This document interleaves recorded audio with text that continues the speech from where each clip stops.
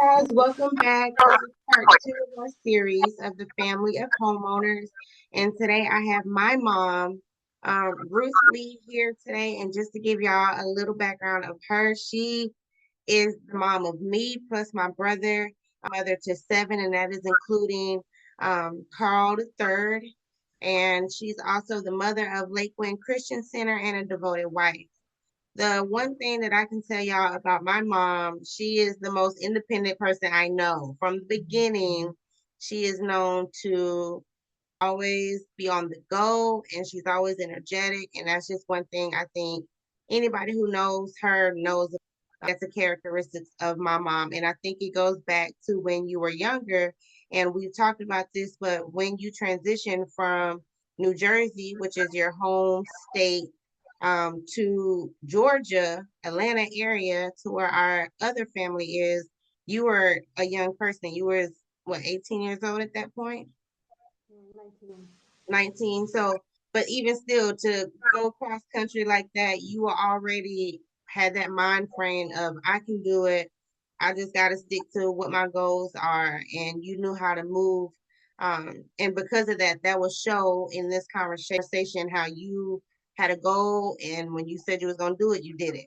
And so if you can tell the people how your transition was from Jersey to Atlanta, and then maybe into your first rental home. I decided to go back to Atlanta to work. And I was going, my mindset was going to go back to Jersey and find a job or go pursue something else. But I stayed in Atlanta and decided to pursue a job during Christmas holidays because I liked Atlanta. Mm-hmm. And from the way back then, they did paper applications. So they just filled the application, they reviewed it, gave you an interview on the spot. Mm-hmm. So that I was hired for the Christmas vacation, this Christmas season. So that was so after Christmas season, December, Mm-hmm. they asked me that I didn't know they were watching me, so they liked my skills, customer service skills, and so forth, and they hired me. Mm-hmm. So I called mom and said, "Oh, I'm staying here to Atlanta, and I'm coming back home." So that's how I got here at 1920. Wow. So during those periods of times, I stayed with my cousin and ended up saving enough money and got my first apartment. Jobs, Mm-hmm. making good money, build my credit up, which Mm-hmm. is very important. Right.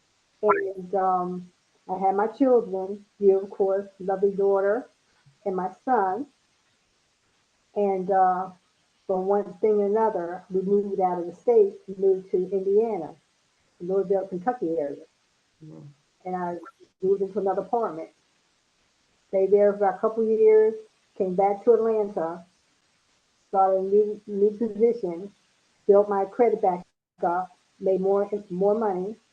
In the meantime, my kids got big during high school season, and I just didn't like being in apartments.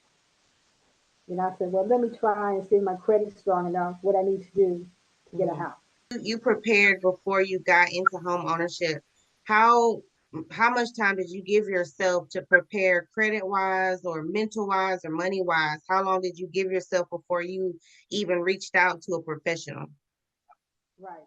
When I did some research and friends and everything told me about credit, my credit needs to be such and such, how much pot down payment, and went on from there. I spoke Mm-hmm. to a credit agent. I spoke to a realtor, what I needed to do. Right. So it didn't take a long time. Well, they did some things. They look at your credit and they say, okay, what happened here? Why did your credit go down? Why? What happened here? Why we're still paying this? And they let me do a letter on some situations that I was in, and I cleared everything up. And thank God they looked at me and said, okay, you're pre-approved, and you can Right. get this extra money. And got a realtor, Mm-hmm. and uh, we start searching. I said, you have this extra money that you're approved for, Mm-hmm. and looking in the area. And I know, well, it's been a long, long time ago, your 30s, about like 25 years ago. Yeah, maybe And about so, 98 or so. hmm that I didn't know about the areas. If I had to do it again, I would research the school system, the area where you moved to, and so forth. How did you find your realtor and did they prepare you on that type of thing? Because to me, that's something that the realtor be like, asking you certain questions, especially because you did have children at that point. My brother and I are 10 years apart. So he was in high school. I was in elementary school when we moved from one part of Clayton County to Riverdale. Right. Well, the thing is, I can't remember how I got this builder, but that's another thing that I would have done, gotten a better realtor that Mm, knew the area. right. Because she didn't quite knew the area, so she had put a lot of stuff on me. Get on and see if you can find something and this and that. We rode around and stuff. So she Mm-hmm. wasn't too familiar with the area. Mm-hmm. And now that I know about the being, have a person, a middleman person that would have helped me, like to look for houses in, broader, a broader base. Right. Because So with the realtor, but you needed one that was right there with you, who knew, yes, who had that checklist and knew that wherever we was looking at was checking boxes for you and not just for them. Um, yes, I do want to show you something. Because I was wondering, if that was something that you had to go through. Let me see.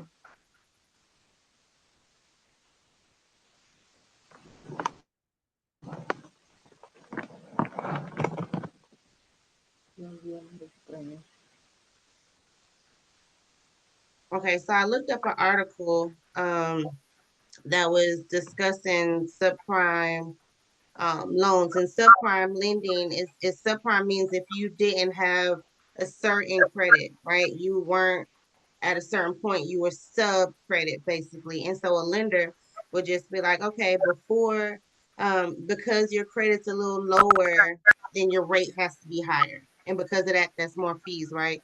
And apparently back in that time, looking at those early 1990s and prior to that 2008, when of course we know that's when everything changed. This was one of the reasons that the industry did have such a big flop, a few years later, and that was because there was a lot of lending going on where they was allowing people to get into these, ungreat contracts, without preparing somebody, right? So if you had a certain credit, like, thank God that you had friends who was telling you like, hey, get this together first before going out there. But unfortunately, some people were allowed to get into these contracts, and it wasn't favorable. Like it wasn't favorable to the borrower. And I wonder if the professionals that you worked with were kind of skipping that for you. You know what I'm saying? Because this was more of a racial discrepancy. They realized over time that it looked like it was more people of minority backgrounds that were getting into these loan types. So I had just wanted to show you that because I thought that was pretty interesting because this was around your time of home ownership. So our second half of this interview, Mom, I do want to ask though, how important was home ownership to you? it was very important because I felt I owned a piece of land. Mm-hmm. I wasn't paying somebody else. When I paid my mortgage, I was paying to get my mortgage, for me. That's my property. Mm-hmm. So if I wanted to upgrade, do anything on my land and my property, I could do it. Right. So I felt free to upgrade, paint, or whatever, because it was Yeah. mine. Right. Plus it was building Mm-hmm. Sorry, go and for plus it. it was building equity. Plus you know, you can put it on your taxes.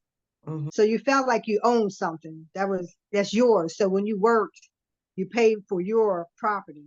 That was Right. yours. Your owner, more so. Mhm.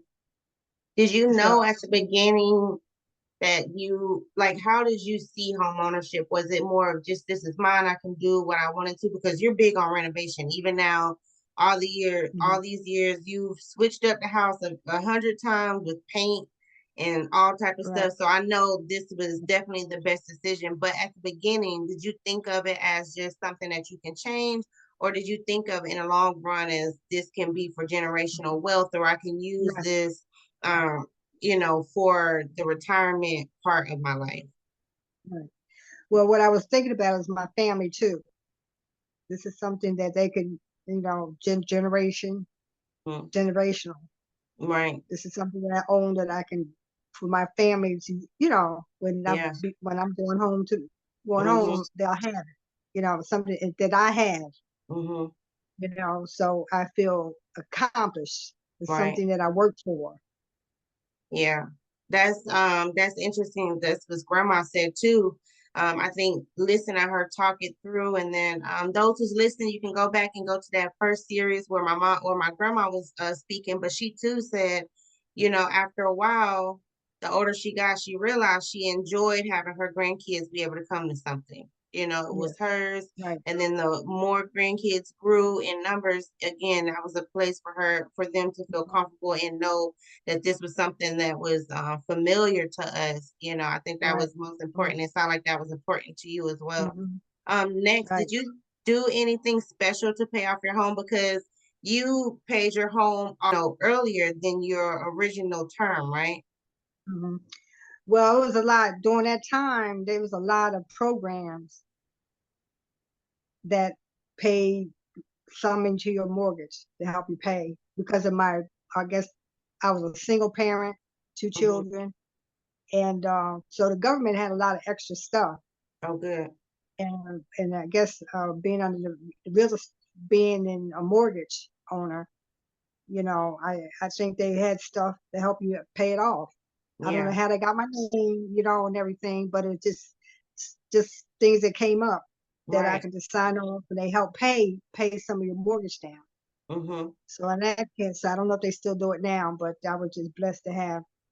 Every once in a while they'll do it. Not all the time, maybe in the next 5 or 6 years they would come up with something that they would pay a certain amount of $1,000 off your mortgage. Mm-hmm. Yeah, I think honestly, how a lot of stuff happens is if you enter a certain database, then you're in a database of what your needs Hmm. might be, and this might be a person that can Right. be receptacle to our services. Because you've taken Yeah. advantage of many things, especially in Clayton County, that's been able to help with Yeah.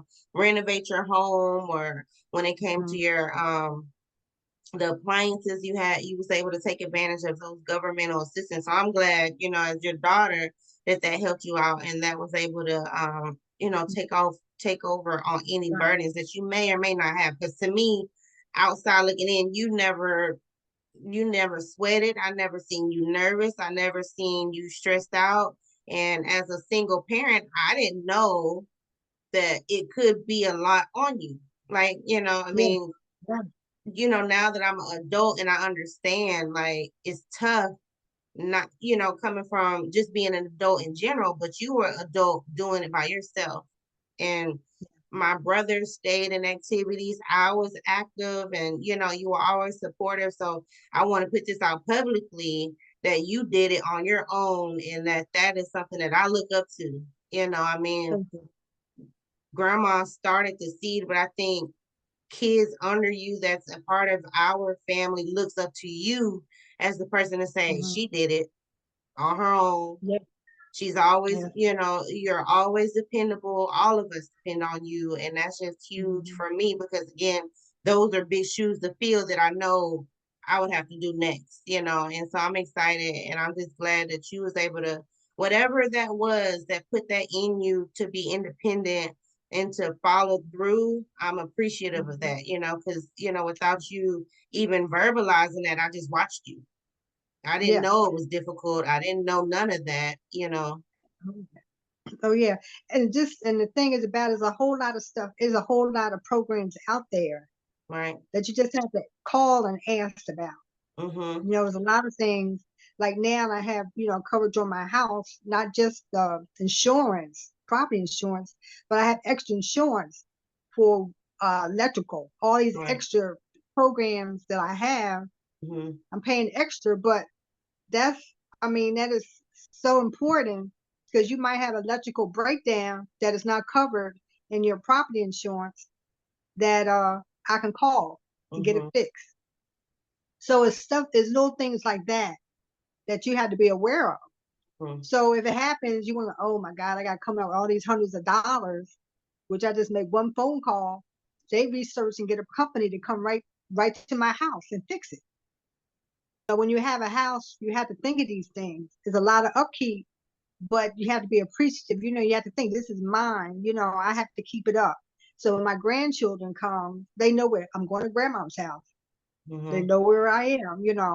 Mm-hmm. And I don't have to worry about worrying about a rental property. Right. They come to my house, no matter how many people come, it's my house. So Right. so that's real important to have your own. Yeah. I think You that's know, great advice for new homeowners. Because yeah. I've heard you say it over and over again, but even still, I don't know that without you saying it.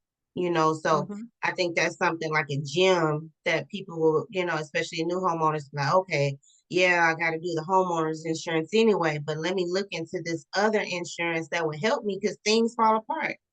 I mean, Right. things And so fall apart, yeah, they have an expiration date. And yeah, you might be paying a little bit at a time, but overall, you'd rather it's do worth that it. over time than have to take, just randomly have to do one big lump sum. And Absolutely. but Right, you right, you right. definitely take care of your home. That's one thing I want to say out loud too. Like you take care of your belongings. You put in, like you say, you want things to be a certain type of standard, so you take care of it. And I think that's Mhm. important, especially when we're talking about home ownership and real estate. I mean, Oh yeah. Oh your yeah. home will deter. Like it gets rained That's on it. and storm weather, but you make sure you work on it Hmm. over time. And Hmm. I think that's really good. And Hmm. a great way, Oh like yeah. we call, you're a responsible, smart homeowner in my eyes. Right, You would be right. one of those people that fall into that.